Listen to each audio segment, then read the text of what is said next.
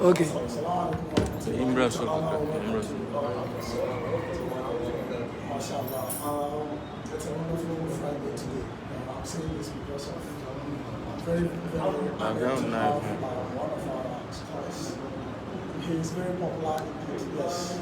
But yes, we have to have this session because though maybe you might have heard his name, but as we want to know him today. Inshallah. So I'm saying my name is Yusuf. Yeah, I happen to be the media secretary for managing our social platforms. But this is a rare opportunity that I cannot allow to guests do without having this session. And honestly, myself and Sheikh Basham having a similar discussion to your in fact, your one was very elaborate, very good. Let's start from the beginning. My friend here is my very best friend. He called me yesterday. He was like, Yusuf, tomorrow you are going to have another session after 2 hours because you are having a very one of our scholars. And I was very happy when he mentioned it. He said, and I was like, this shit, I know it's a cold one. Yeah, we cannot have him. He said, no, kiss. It's okay, that's no, yes. Because I was following your posts on WhatsApp. So, Sheikh Hamid, yes, he happens to be the child of Sheikh Bashir. Let's start with the name, Kiss. The name is not familiar. I mean, it's only you that I think I know.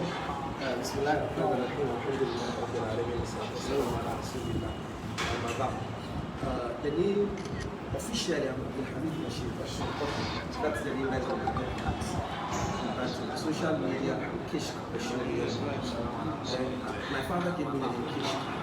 He named me after one Egyptian scholar called Ibn Abdulaziz Muhammad Kish. He's an Egyptian. He got blind at the age of 60. He had already memorized the Quran. He lived up to the age of 63. He died on 6th December 1996 on a Friday in Nafila. It seems to know your Yes. Like you have not seen the old man listen to this man's sermons in Arabic or whatever writing. So the man has been my mentor himself. So I listen to his sermons and I sleep with them. So he has had a profound influence on me and the way I do right now. So apart from the old man being one Kish has been very, very profound. Polish now language through listening to his sermons and also his style and methodology, tackling current and social issues, looking at issues that are bothering the community, the Islamic world. So if you listen to the people of Kish, most of them are not. First and foremost, the first tackles the Aqidah, the creed issues, and then the second one, it touches on social issues. He was very vocal, very vocal. He had to even go to prison in Egypt for being very vocal. So basically, that's what I got. very peaceful. Very, very nice. You don't exactly meet him. No, he died in 1986, and he was in Egypt, and I only visited him for the first time last year. I wanted to go visit his masjid, but we didn't have enough time. I went to Husbandry University where he studied because he studied at Husbandry University. Talking of universities, we come to that part, but you know that you are the son of Sheikh Bashir. Are you there? Yes, yes. How many? We are 8. All boys. No, we are 5 boys and then 3 girls, and we lost one boy. So in the education program, I heard from your sermon that you came to Capecoast. Yes, basically I started school, Islamic school at Rashad Islamic School in Accra, town. And that's where even my mother went to. So it was a tradition. And then for regular school, I went to the youngsters school. The youngsters school is in Nima, and then Rashad is in Newtown. Nima and Newtown are twin cities. So that's basically for primary school, from nursery, primary, JSS, was all the youngsters school in Rashad. So when I finished BC, I actually chose Addis Ababa College. First, I wanted to go to Kumasi. I wanted to go to either Why your program? My father said, wait. Why? Because Sheikh Tawfiq was then alive, and then he said, I wouldn't let them because of life. Sheikh Tawfiq will pamper me, will take care of you. So he didn't want me to go to class. So I chose Hadith school. And he didn't want me to go to Hadith school. Why? The reason is that during my Saturday and Sunday school, and the people that was in class were all older than me. I was the youngest in class, 2 years, 3 years, 4 years older than me. And most of them were in Hadith school. And he knew that. So he knew that if I go to Hadith school, I'll be pumped. I won't have the toughness of life. So I had to remember me working on the Almighty for each in the grant in Nigeria. He was contacted and then he was giving my results. I had 06. And then 06. What's that? 2002. So he was giving my results and then he went to the lessons. You have to go there every day. I know it's not I'm not choosing to the lessons college. But then my father wanted me to go to the lessons college. I quite remember at this school, my friends are already prepared a bed for me in a Brazil house. But they told me all this. So finally, so the lessons college gave me admission. That's why I had to get my plan. So I came to Capecoast, I landed in London for that's why I landed. It was only about 5 years. So I came and I got my perspectives. I went out to pick up these and I came to Capecoast.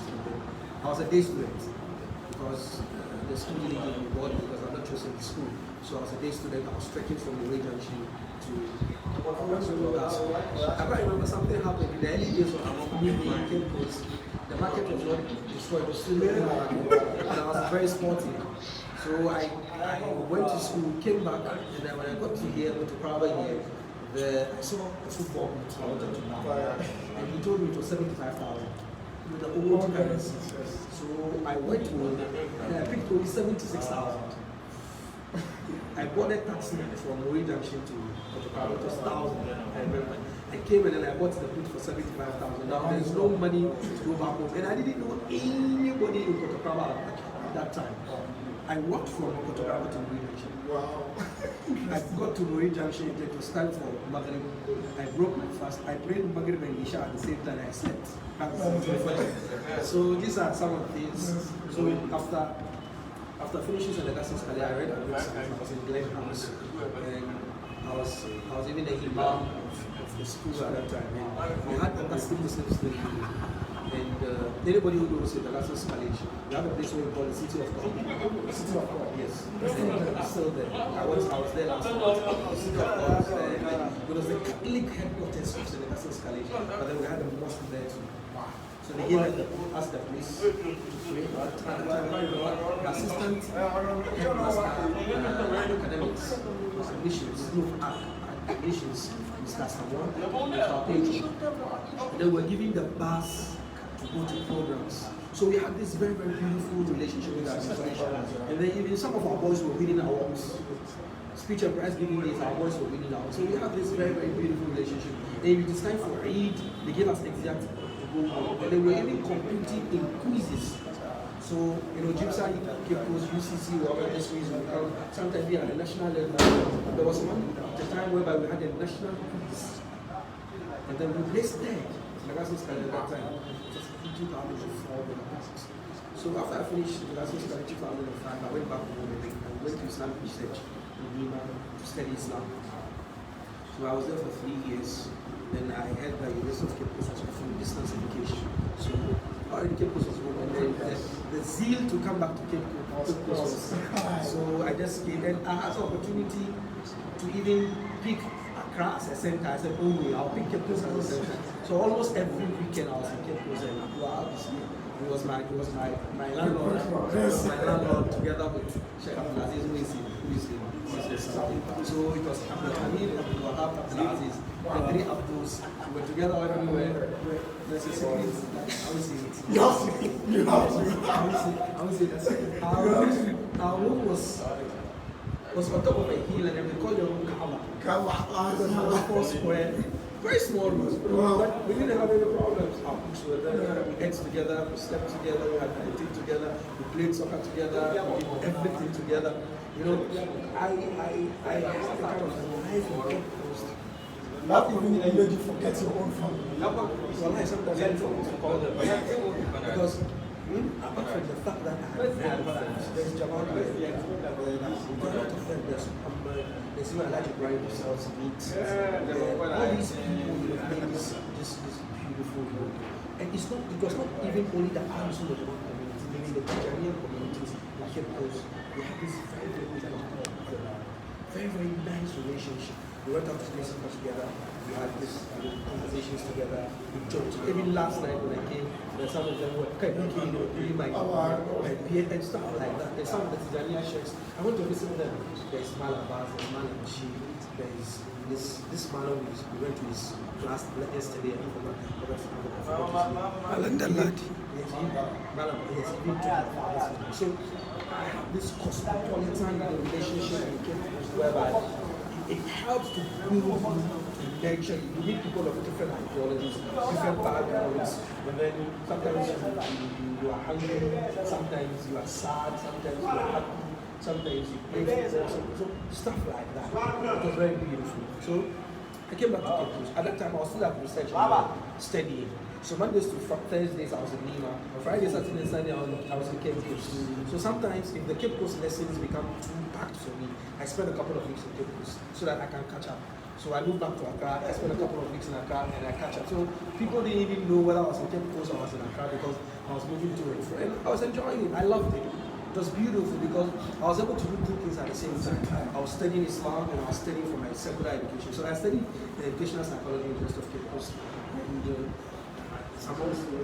this major course of basic education psychology point of view. So in 2010, the Islamic research. In 2011, I came and graduated from the University of Capecoast. In 2012, I went to the Institute of Languages to study French for 1 year. Then in 2013, I packed my bag and baggages and I went to Niger to study.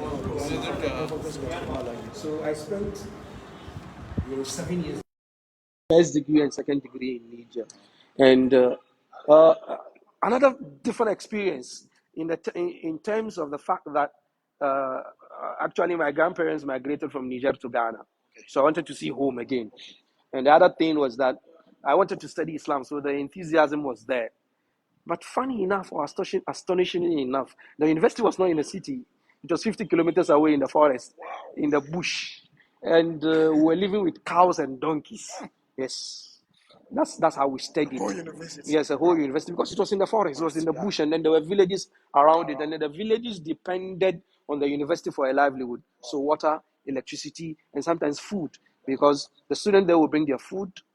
And then the villagers will bring their wares to come and sell. They come and sell mangoes, they come and sell fish, they come and sell meat, they come and sell all kinds of stuff. So there was an interdependence between the villages around the university and then the university itself. So the villages depended on the university for potable water. So they come into the university with their gallons, and the gallons too were on trucks. And then these trucks are being drawn by donkeys and cows. So we had this relationship. So we studied something about animal husbandry too at the university. You did agric science. I did agric science. Yeah, So it was. got a first hand. So the highlight of my stay in Niger was that in summer it was so hot it would get to 50 degrees Celsius. So sometimes you have to water your mattress before you can sleep. And if you want to sleep inside a room. But if you want to sleep outside too, scorpions are around that will sting you. And sometimes some of the students too were thieves. If you have your phone under your pillow, they'll steal it. So sometimes we have to put our phones into our panties so that nobody will steal your phone. So we lived that, and it was very beautiful, very, very beautiful experience. I learned a lot. First degree, I did, Usuluddin, Al-Quran was Sunnah. Al-Quran from recitations, from tafsir, and everything that consists of the Quran.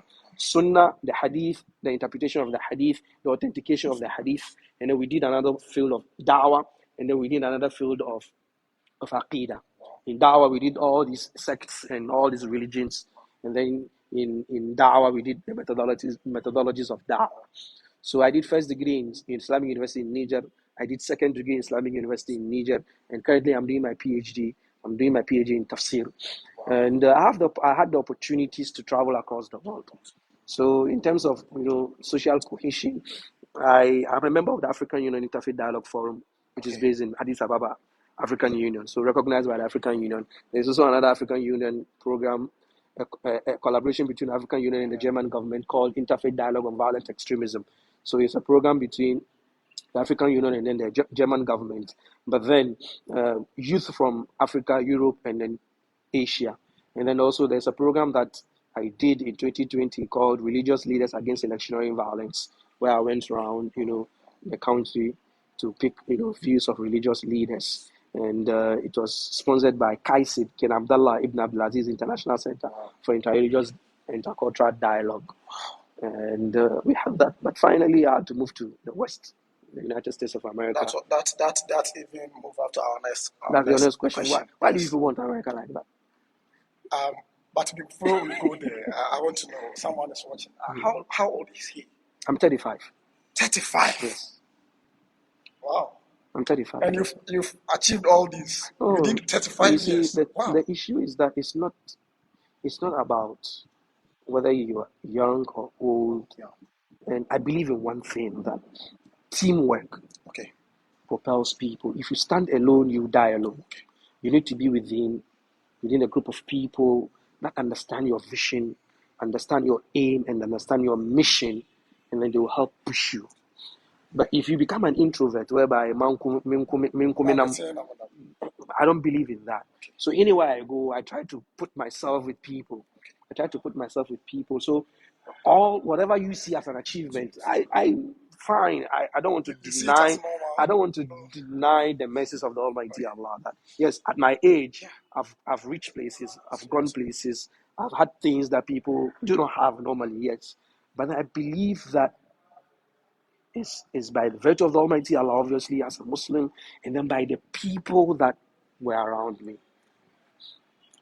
Back home in Accra, yes, people, family members, friends, teachers, colleagues.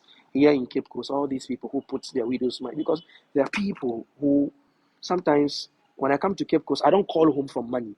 Okay. Wow. Let me ask this. I'm married. Right? Yes, I'm married and I have 2 children. So talking about people around you, does your wife support what you do? Of course, she does. Otherwise, she will not be my wife. Because I believe in something. If you're marrying anybody, whether you are a male marrying a female or you're a female marrying a male, marry someone who understands your vision. Okay. Marry someone who shares that vision. It's not as if they understand, but they share it. They are with you, foot for foot. And when I was going to marry, I told her, I'm a kubolo. I move around. I don't stay at one place. Understand that. She said, yes, I'm okay with that. When we married, I stayed with her for only 2 weeks and then I was away. Children?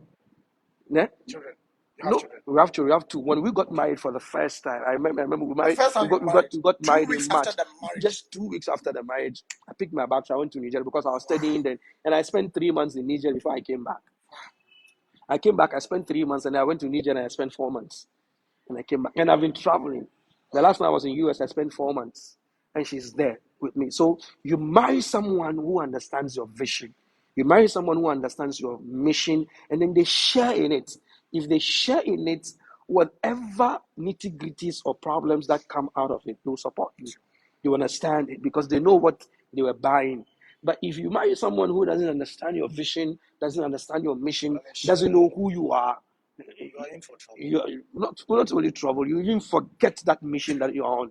So it's very, very important that when we are getting married, you find people who understand that's what we are. That's a very nice advice for those of us who are not yet married. I have a couple of them. I don't want to mention this. So you're also not married. It's not only me. You're also not married. I'm saying it's not only me. You are sitting next to me. You want to pollute me. Wow. So you travel a lot. No. Yes, I've been also following you. No. How many languages? I speak English, I speak Arabic, I speak French. Those are international languages. Yeah. I understand a little bit of Spanish. Okay. A little bit. Wow. Mi amo. Because in New York, you have 2 major languages, Spanish and English. Even in America itself, 2 major languages, Spanish and English. So sometimes we meet the Spanish people and you say, papi, and you understand some of them. So those are the international languages. And something in German too. Something in German. And Wabu, remember when I say German, he remembers the story behind the German. There is, but for local languages, there's Hausa, there's there's Fanti Fanti of Kakao. Fanti Cacao, Uh-huh. and then there's Gan, obviously. Oh, okay. There's Yeah. Gan. There's some bit of Ewe, Auna language. Wow. As for Dagomba, I only Roughly, know we are talking Kaula. about 6 languages. I know about Kaula More than and there's Asante too. You know, there's difference between Fanti and Fanti and Asante. There's Asante too, and when they speak in Zima, I can know it's in Zima, but I Wow. don't understand it. Stand- But I can know it's in Zima, but Wow. I can't understand it. Wow. So basically, these are some of the languages that, and there is Zarma too. Wow. There's Zabarma because I'm Then we Zabarma. are almost done. I'm Zabarma. Getting to So that now. so basically, these are languages that I See, can speak. that's very interesting. Yeah. But you travel a lot. Now Now, you spend more time. You spend more time in the West. now, Looking at this era of continuous advancement now, in science and technology, now. our era, how is Islam faring in the West? No, you'll be surprised to learn that the fastest growing religion in America is Islam, Allahu Akbar. and it's predominant too amongst women. Wow. So the idea that Islam oppresses women, you can't sell In the West. that in the West. No, Wow. they don't say it. And Islam is so beautiful in America that I know that you find Muslims buying churches. Yes, just I think 3 days ago I saw this ad on YouTube. They were asking for donation because they are now changing a church Now to a masjid. into a masjid. Yes, and astonishing enough, it's the Christian community that comes to the Muslim community to buy the churches. Wow. Yes, because I know of a couple of churches whereby when they were going to sell the churches, they came to the masjid that we want you to buy By it the church. because at least it will continue to be a religious place. If someone else comes to buy it, maybe we'll not be able to have that religiosity going on. There is a masjid called Islamic Center of North Detroit in Detroit, Michigan. Yes, Masjid al-Falah. I was there predominant last 2 years, and they bought that. It was a church, Wow. and they bought it for $1 million. And it's a 3-story building. It has apartments for senior imams, and then another apartment, and then a car park. So Islam in America, it blows your mind. And people are accepting Islam in America, so it's in drones that you get confused that which Muslim army is in America that is forcing these people to accept Islam. It's so beautiful. You go to almost every city in America, and there's a huge masjid, huge one. You go to Los Angeles, and then there's the King Fahd Masjid in Los Angeles, and then it's so beautiful. King Fahd Masjid. You go to Dearborn. There is Dearborn in Michigan, near Detroit. Dearborn, the mayor is a Muslim. Dearborn Heights, the mayor is a Muslim, and then Hamtramck, the mayor is a Muslim. You go to Dearborn, and then the major language you speak there is Arabic. It's in America too. Wow. It's Arabic. And it's so beautiful that you realize that Islam is going places. So Islam in America is on a different level. It's on a different level. And the American government, sometimes we have issues with the American government. They have foreign policy. Yeah. That no. When Islam in America is taken care of by the government. Wow. I need to say this. It's not. It's because I've been there. It's only maybe the government's foreign policy that they support some regimes. Yes, but then when it comes to Islam in America, it's a different ball game altogether. You have licensed imams. If you sign a marriage certificate, the government approves it. You sign a death certificate as an imam, the government approves it. The government gives you a license to work as an imam. And even if you have a problem with the masjid, the government stands with you as the imam to get you your rights. Allahu Akbar. That's what is going on in America. Allahu Akbar. The people are such that it's rules and regulations, and that it doesn't matter who you are. The racism that you find in America is done by people who are ignorant, who are not in places of power. But then when it comes to the law deals very, very well in America. They have a system. For example, if you are a masjid, you must register with the IRS in America, Internal Revenue Service, as a non-profit organization, and then they give you a license to operate. And you get the 501c, that's what they call it. You are tax exempt. You don't pay taxes. That's one. Two, at the end of the year, the government gives you something because during this coronavirus, I know of masjids that the American government gave them $100,000 to operate. So understanding of Islam in America is totally different. It's totally different. The fact that the American government will support somewhere like that, but Muslims in America, Marvelous. they So run talking their of affairs. Muslims in America, today part of your khutbah No. was centered on Sunnah. No, Now, what is the Aqidah? no, It's not just the numbers. You no, being the no. For example, No. I understand your question. If you go to Detroit, they have a council of ulama, Okay. and the council of ulama is made of Shia and Sunnah imams.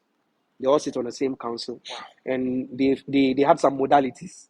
We don't speak about aqidah. We don't speak about fiqh. We speak about social issues. Okay. Social issues. Okay. Because for a Sunni and a Shia to sit on the same table, you can't discuss aqidah. Of It's course. not possible. You can't discuss fiqh. It's not possible. But you can discuss issues of social issues. For example, some time ago, there was this cemetery where they all buried, and then it got to a point whereby the people managing the cemetery wanted to increase, the price and money and stuff like something around. And then the Shia and then the Sunni imams had a press conference on that to tackle that issue, something like that. And then when I went last year, I was in a meeting or in a training on Alzheimer's disease, whereby people get to a certain age and then they become forgetful. And then they brought an expert to come and teach the imams about Alzheimer's disease. So you can put this in your programs as Al-Sunnah Jama'ah, that you can bring in experts, whether in finance, whether in healthcare, whether in education, to come and put the people and speak to them about what do you mean by, for example, what do you mean by interest rates? Okay. So you bring someone to come and talk about it. Yes. What do you mean by Alzheimer's disease? What is even COVID-19? What does it mean? So they have that. So I was there in the Alzheimer's disease, and I was the youngest boy. Almost all the imams there were 60, 70, all about. And I was the only one in my 30s over there. So they had this rapport on that. And then the other side of it too is that it's the Shia, there's Al Sunnah, the predominant sects, and then you meet some Tariqa people there. In Detroit, there were people they were Tariqa people, but they were not Ibrahim Anyas people. They were they said the Bamba people from Senegal. Bamba people, they are there, and then you find people from Ghana, for example, they are Tariqa people. Tijani, you find them predominantly in New York and Chicago. You don't find them much in Detroit, where normally I go. So there's that sectarian, and there's another thing in the Ghanaian community in New York is that the masjid called Yankasa Masjid. You have chairman of Ahlul Sunnah, you have chairman of Tijaniya, all in the same masjid. It's beautiful. It's beautiful. It's beautiful. Very, very beautiful. And you have the Ahlul Sunnah Imam, and then you have the Tijaniya Imam, and then you have the overall Imam. And in Ramadan, they invite Ahlul Sunnah Sheikh to come and give tafsir. And when it is Maulidi, they invite Tijaniya Sheikh to come and do Maulidi. So it's a buffet. The pinnacle of tolerance. It's buffet. Yes. So they are Ghanaians, and then and there's also another Ghanaian masjid in New York called An-Nasr. An-Nasr Masjid, and they are Ahlul Sunnah. Ahlul Sunnah. And then there's also another Ahlul Sunnah Masjid, Ghanaian masjid called Masjid Mount Hub. They are also Ahlul Sunnah. Ahlul Sunnah, but they are Kumasi people, and they are more cosmopolitan. You have African Americans there, you have Arabs there, so that's why they are different. But the An-Nasr Masjid is mostly Ghanaians, Accra people who do not buy the Tijaniya creed and that mixture. So it's beautiful. It's beautiful. It's beautiful. It's beautiful. Much because we know that you are busy. Nah. Yeah. So we are just concluding. We are just concluding. We are just concluding this session. Given the experience and the knowledge you have throughout your life and your travels, what advice will you give to your younger self? You see, dawah is what I do, and it's full-time job. I don't work in anybody's office. Wow. I don't belong to any organization that pays me. Apart from the mother organization of Ahlul Sunnah wal Jama'ah that I belong to. And also I have my own Al-Islah Center that I run. And there's also Islamic Ummah of Ghana that I'm an executive director there. And all these are NGOs. I don't take any money from anybody. You are rather helping. And astonishingly enough, I don't wake up one day and I say I don't have money. Sometimes people will call me, Sheikh, where are you? Can I see you? I go to the office and then there's a check of 2,000 Ghana cedi. There's a check of 5,000 Ghana cedi. Sheikh, this is just to support what you're doing. Some time ago, I led Juma at the Cantonment Police Mosque. I finished Juma and then someone came to me and they gave me $1,000. That's So we're working for Allah and Almighty Allah. I'm young, but I've seen the benefits of da'wah. So I see da'wah as marketing. And in marketing, you have a commodity, you have a strategy, and then you have the consumers. and then you have whatever dividends you're going to get. The commodity is Islam. The strategy is the da'wah methodology that you use. The consumers are the people who are going to listen to you. And then the dividends that you're going to get should not be from the dunya, it's for the akhirah. So for the dividends, it must be ikhlas. The commodity, you must know your commodity. You must know what you're selling. So if people want to do da'wah, I always tell them that number one, there must be ikhlas. You must do it for the sake of the Almighty Allah. Don't do it for people to praise you, for them to give you anything for them. No, don't do that. The moment you're doing da'wah for people to praise you or to give you anything, you failed. Number two, you must study, know what you're saying. Be mindful of your ayat, your ahadith, and then the statement of the pious predecessors. Know that you can't enter a war without weapons. So I always call upon students of knowledge, people who want to do da'wah. Da'wah is not an accidental job. Throughout my life, I've told you what I've been doing, and it was, a stepping stone, a building blocks towards what I'm doing now. I had to go through, sometimes I went through some things that it's now that I'm understanding why I went through them. So know your religion. Don't just give fatwa left, right, and center because you feel like, I think. Islam doesn't work with what you think. Islam works with what is there. So that's the second thing. Your consumers, the people who listen to them. Sometimes young people, when we start dawah, we think that anybody who sits in front of us is stupid. You don't know anything. I'm just going to say what I just want to go say what I'm going to say. No. Sometimes there's someone sitting in there and then he knows what you're doing more than you. Allah. And then finally, as we said, that's the consumers. So ikhlas, You said the dividends. the dividends is ikhlas. The commodity is Islam, know it. The strategy, Is your your methodology is very, very, very important. Sometimes you want to say something, but it is not a place where you must say that thing. It's the right thing. Yes. At the wrong place. At the wrong place. And then the consumers, the people who listen to you in da'wah, are very, very important. If you disrespect them, you've lost the whole plot. Assalamu alaikum. Thank you very much. Thank you very much. Inshallah. Honoring Jazakallah us with khairan. this session. Inshallah. Khairan. Inshallah, you have to pray to end this session. And, ربنا آتنا في الدنيا. your prayer, I have to be specific. Yeah. Myself, Yes. I'm yet to.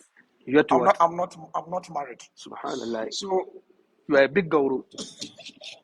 So, oh no, it's a fact. It's a fact. So, in your prayer, just remember, some of them, they are not married. They are here, and they don't want to show that they are not married. So you pray and remember me.